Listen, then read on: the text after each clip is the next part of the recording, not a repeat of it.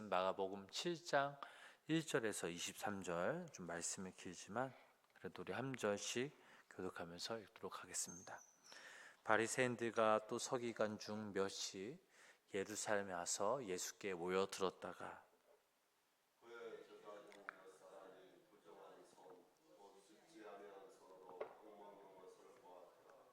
바리새인들과 모든 유대인들은 장로들의 전통을 지키며 손을 잘 씻지 않고서는 음식을 먹지 아니하며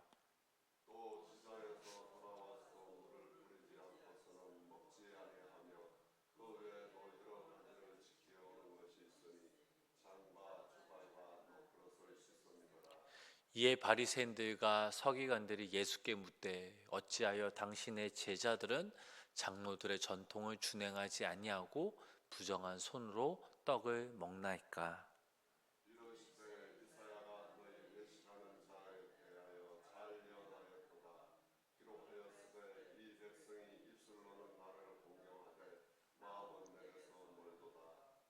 사람의 계명으로 교훈을 삼아 가르치니 나를 헛되이 경배하는도다 하였느니라.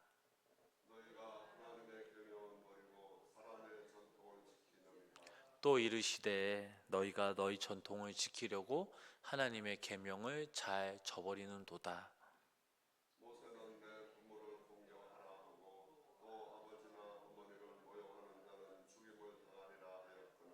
너희는 이르되 사람이 아버지에게나 어머니에게나 말하기를 내가 드려 유익하게 할 것이 고르반 곧 하나님께 드림이 되었다고 하기만 하면 그만이라 하고,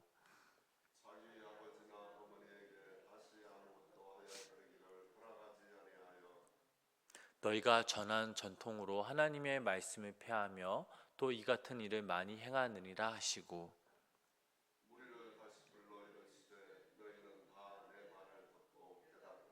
무엇이든지 밖에서 사람에게로 들어가는 것은 능히 사람을 더럽게 하지 못하되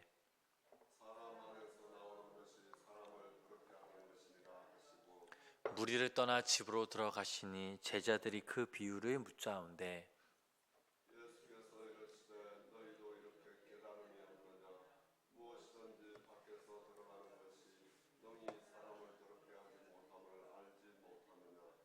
이는 마음으로 들어가지 아니하고 배로 들어가 뒤로 나감이라. 이러므로 모든 음식물을 깨끗하다 하시니라.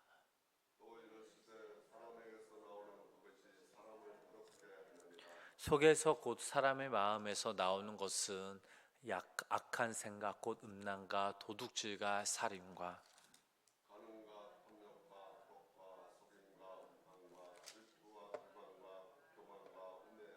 함께 읽겠습니다. 이 모든 악한 것이 다 속에서 나와서 사람을 더럽게 하느니라. 아멘. 5월 마지막 주의 귀한 새벽, 하나님의 크신 은혜와 사랑이 우리 성도님들 삶 가운데 함께 하시기를 주님의 이름으로 간절히 축원합니다. 사람이 무언가 어떤 일을 할 때 가장 중요한 태도는 하나는 바로 열심입니다. 열심히 해야 그만큼 결과를 얻기 때문이죠. 학생은 주어진 환경에서 최선을 다해 공부해야 하죠. 직장인들도 마찬가지입니다. 그런데 여기서 열심보다 더 중요한 것이 있습니다. 열심의 방향, 즉 목적이죠. 목적을 어디에 두느냐에 따라 열심의 강도의 깊이가 달라집니다. 물론 자신의 미래적인 삶, 타인의 위한 삶을 위해서 열심, 목적이 같다면 아주 좋죠. 그러나 다른 사람들에게 피해를 주거나 자신의 이익만을 위해 산다면 그것은 목적이 다를 뿐만 아니라 그런 사람을 가리켜 위선자라고 할 수 있죠. 우리가 잘 알다시피 바리새인들은 어떤 사람들이었습니까? 율법을 공부하는데 열심히 있는 사람들이었습니다. 그리고 그들이 그렇게 율법을 열심히 공부한 이유는 그 율법을 통해 하나님의 백성답게 살기 위해서, 그리고 하나님께 영광을 돌리기 위함이었습니다.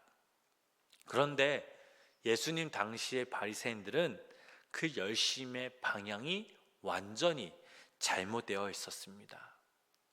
율법을 지키는 그 자체에만 매달린 나머지 율법을 주신 그 하나님의 그 마음을 망각한 채 도리어 율법을 제정하신 그 분을 모욕하는 결과를 낳고 만 것이죠. 자, 예수님을 조사하러 예루살렘에서 파견된 몇몇 열심 있는 바리새인들이 예수님의 그 제자들이 손을 씻지 않고 떡 먹는 것을 발견하고서는 예수님께 이렇게 묻습니다. 자, 본문 5절 말씀 우리 함께 읽어보실까요? 본문 5절 말씀입니다. 이에 바리새인들과 서기관들이 예수께 묻되 어찌하여 당신의 제자들은 장로들의 전통을 준행하지 아니하고 부정한 손으로 떡을 먹나이까?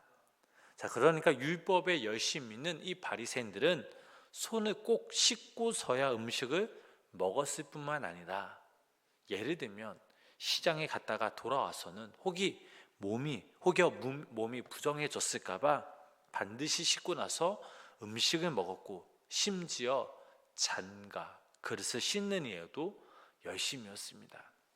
그러나 율법 그 어떤 곳에서도 이런 규정은 존재하지 않았습니다.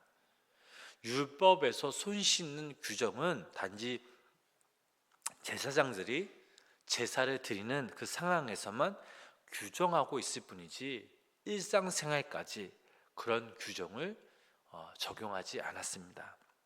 그러나 바리새인들은 장로들의 전통이라는 명목으로 성경 말씀 외에 수많은 규정과 규칙을 만들고 그것들을 열심히 지켰으며 결국엔 그 규정을 어긴 사람들을 판단하고 정죄까지 하게 된 것이었죠. 자, 율법을 철저히 지킨다라는 것은 어쩌면 칭찬받을 만한 일임에도 불구하고 예수님은 매우 충격적인 말씀으로 바리새인들의 이 질문에 답하셨습니다. 자, 이사야 선지자가 당대 외식하는 그 사람들을 향해 외쳤던 그 말을 인용하시면서 바리새인들이 말로만 하나님을 섬기고 말씀보다 사람의 계명을 더 중요하게 여기며 하나님을 헛되이 경배한다라고 그들을 꾸짖으셨습니다. 그러면서 예수님은 고르반과 관계된 예를 들으셨습니다. 바리새인들은 부모님을 마땅히 물질로 봉양해야 할 텐데 자신의 물질을 두고 고르반 즉 하나님께 예물이 되었습니다. 이렇게 선언함으로써 마치 말로는 하나님께 드린 것처럼 하면서 실상은 하나님께 드리지 않고 부모님을 봉양하지 않았던 것이죠. 겉으로는 마치 계명을 완벽하게 지킨 듯 싶었지만 실상은 부모님도 속이고 하나님도 속이는 그런 패륜적인 행위를 저질렀던 것이죠. 우리는 하나님의 말씀을 열심히 읽고 열심히 배우고 일상생활에서 열심히 지켜 선한 일에 열심히 하는 하나님의 백성으로 부름받았습니다. 우리는 하나님의 백성으로 부름받았기 때문에 마땅히 하나님의 말씀을 사랑하고 그 말씀의 길을 쫓고 그 말씀을 지킵니다. 그러나 혹여 이 하나님의 말씀을 자기 위안과 이기적인 성공과 직접 만족을 위한 수단으로 삼아서는 안 될 것이죠. 하나님의 백성들은 하나님의 말씀을 인생의 최우선으로 삼되 말로만이 아니라 행함과 진실함으로 이 말씀을 지켜야 합니다. 이것이 의미하는 바는 말씀을 주신 그 이의 마음을 헤아리고 그 마음이 나의 마음이 되게 하는 것이며 특히 자기를 낮추시고 자기를 비우신 예수님의 마음을 품고 예수님과 함께 십자가의 길을 함께 걸어가는 것을 의미합니다. 자, 다시 본문 말씀으로 돌아와서 음식을 먹을 때는 더러운 손을 씻고 먹는 것은 당연하죠. 위생상 그게 더 좋습니다.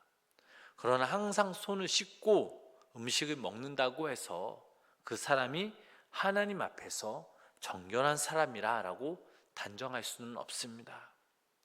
예수님께서는 이 바리새인들의 외식을 꾸짖으신 후 무리들을 불러 모아놓고 또다시 매우 획기적인 발상의 전환을 일으키는 교훈의 말씀을 주셨습니다. 자, 그 말씀이 본문 14절부터 16절 말씀이죠. 함께 읽어보실까요? 무리를 다시 불러 이르시되 너희는 무엇이든지 밖에서 사람에게로 들어가는 것은 능히 사람을 더럽게 하지 못하되 사람 안에서 나오는 것이 사람을 더럽게 하는 것이니라 하시고, 사람의 마음과 영혼을 진정으로 더럽게 만드는 것은 무엇이겠는가? 예수님은 묻습니다.